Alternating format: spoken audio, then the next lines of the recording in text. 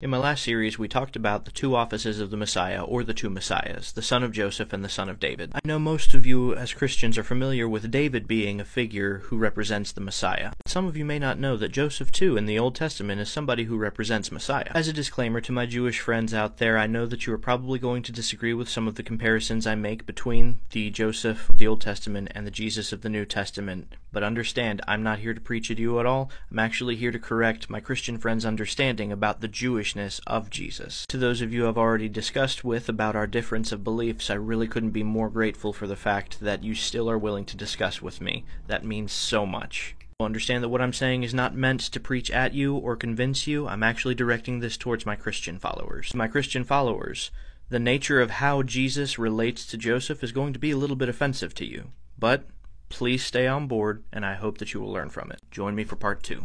Part 2 of the Jesus and Joseph comparison. I know that some of you have probably already surmised that Joseph was hated and rejected by his brothers, and Jesus, likewise in his generation, was hated and cast off by his fellow Jews.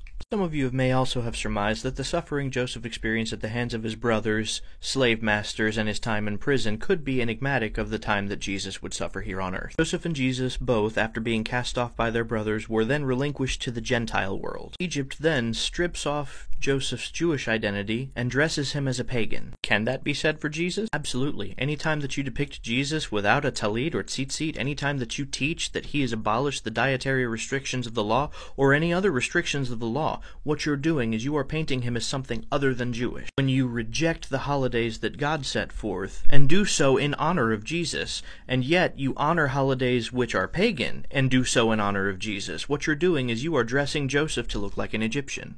By the time Joseph's brothers come to him later in the story, they don't even recognize him, because he looks like an Egyptian. Right now, the Jesus that Christianity preaches to Judaism is not a Jewish one. And according to Deuteronomy 13, any prophet who would lead God's people, Israel, away from the commandments of God, the Torah, is no prophet from God. You cannot keep telling the Jewish people that this man that you've dressed up as a pagan is their Messiah. See, at the end of the story, Joseph revealed himself to his brothers. Rabbinically speaking, this is understood to mean that he revealed his circumcision to them, so they would know that he was one of their own. And he only did so after he sent all of the Egyptians out of the room. That's also something to consider. At the time present, the true Jewish identity of Jesus I don't think has been revealed to the Jewish people yet, but I think we may see it happen soon. But unfortunately, it starts with correcting the anti-Torah Christian depiction of Jesus, and revealing to the church the Jewish identity of Yeshua. And as always, Shalom.